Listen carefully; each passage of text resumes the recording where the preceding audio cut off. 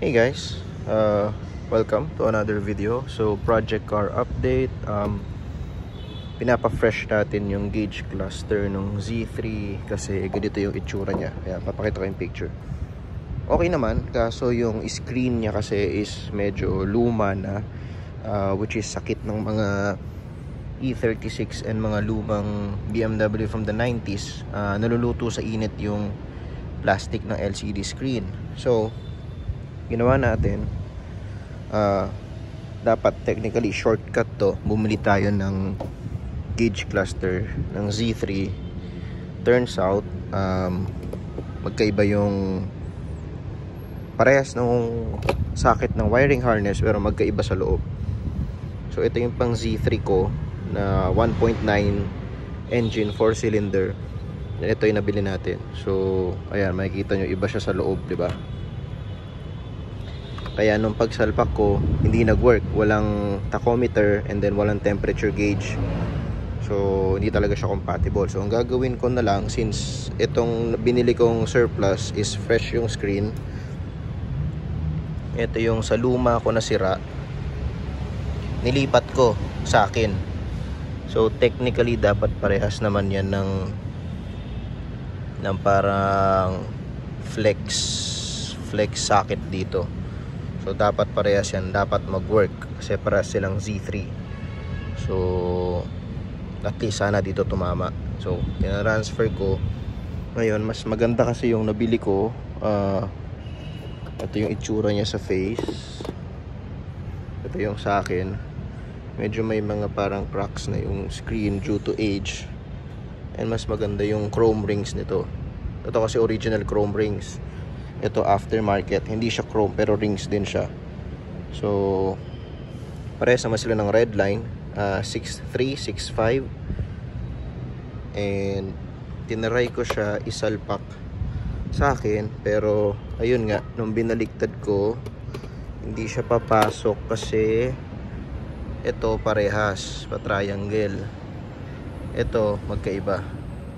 Fuel gauge magkaiba yung socket. Ito magkaiba din. And then sa speedo magkaiba din. So ang gagawin ko ngayon is ita-transfer ko yung face. Kukunin ko yung screen nito. Lilipat ko dun sa gauge needle. And then tingnan ko kung ma-transfer ko yung kung ano pang pwede kong i-transfer.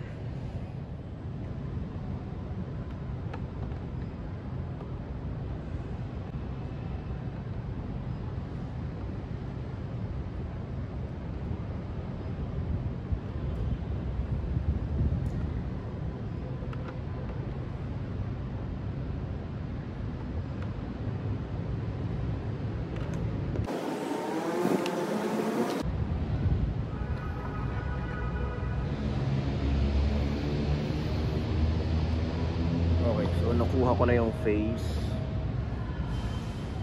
Ito yung kailangan ko.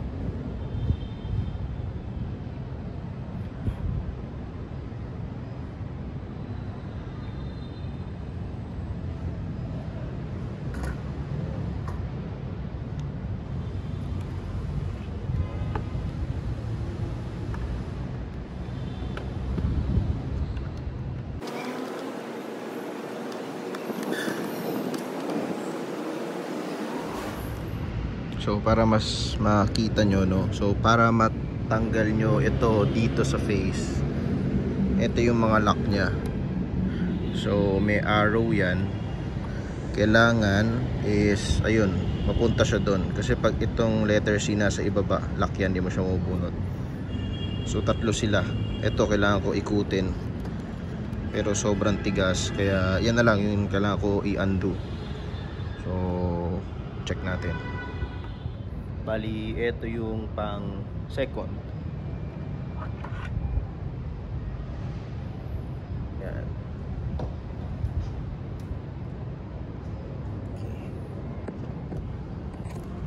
So, bali, natanggal ko na siya parehas, dalawa. And medyo similar naman. Parehas ang gauge, fuel, speedo, tachometer. Magkaiba lang sa temp gauge. Ito may center line siya, ito wala. Part number 883710500. Okay. Doon siya nagkaiba sa part number. So ito yung ikakabit pa rin natin na face. So yan, nailipat na natin. Lalak na lang. So yan, nailipat na natin. Ang gagawin na lang natin ngayon is pag ko-combine sila, pag didikitin sila, then testing na tayo sa kotse. So yan, pinagpatong lang. Pag screw, same lang din sa pagtanggal nyo. Meron yan 5 screw. So isa dito sa gilid, dito sa isang gilid, and then meron dito sa center, and then meron dito dalawa sa taas. Actually di naman mahirap gawin to. Kung kailangan nyo galawin yung gauge cluster ng BMW E36 nyo, 3 Series or Z3, marami naman sa Google nito. Search nyo na lang. Yan, tighten na natin screw, then testing. Yan, bali buo na siya. Kompleto na rin yung mga ilaw. Yan, testing natin. Yan, so installed na yung ating gauge cluster na nating ilaw. Yan, paano naman siyang okay. Testing. Ignition on. Ayun lang, wala tayong reading dun sa mileage. Hindi siya nakapress maigi. Meron tayong partial numbers. Ayun o. So pero tignan natin. Start. Magana. May gumagana yung temp, brightness.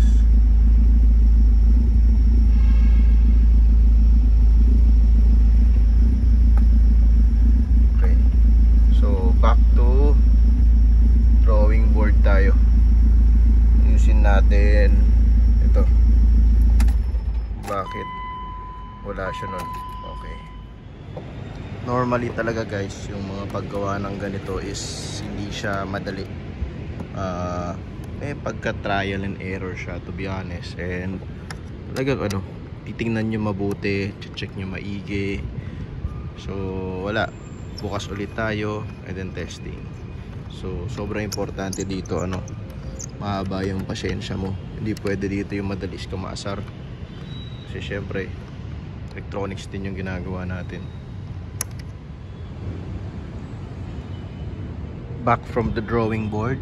So kalasin ko ulit to, at then i-compare natin dito.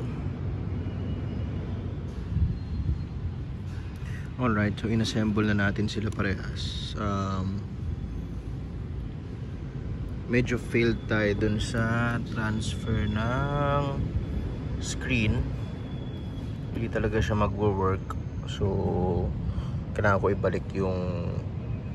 ibalik itong lumang screen, pero inayos na lang natin yung backing plate nya and parang backing LCD para mas buo yung numbers. And then so bali ang nangyari dito is naging face upgrade na lang. Ayan, tingnan nyo yung chrome rings galing sa bago na nilipat na lang natin. And ito yung chrome, not chrome, ito yung gauge rings nung dati pang nakakabit sa atin. So, and then yung mga cracks also, ito yung sa luma So, nangyari mas fresh na yung lens. Pero ito pa rin yung problem natin. Sayang, pang second try ko na i-repair ito, pero mukhang yan talaga unless palit ng same cluster ng pang 4 cylinder, kasi I think this is pang 6 cylinder to So yan, kabit na lang natin. Ito siguro spare na lang, tatago natin just in case magka problem tayo, kulang sa ilaw, spare lights, spare socket, spare gauge needle. Pwede natin pag-eksperimentohan, kulayan to or whatever. So yeah, tara, kabit na natin to and let's see. So ito na yung ating gauge cluster. Mas maganda tignan yung chrome rings, and zoom ko. Medyo mas umukay yung ano, yung numbers natin ngayon matapos siya i-rearrange. Well, hindi natin nawala yung parang blotch. Yan yung parang ganyan yung gusto ko kasi mawala eh. So hindi natin natanggal. And nag-upgrade na LED. Well, LED rin naman yung backlight before, pero nawala na yung parang may parang shadow dito between 160 and 180 eh. So yan, ito siya ngayon itsura niya. And then working naman lahat. Rear fog, fog light. Yan.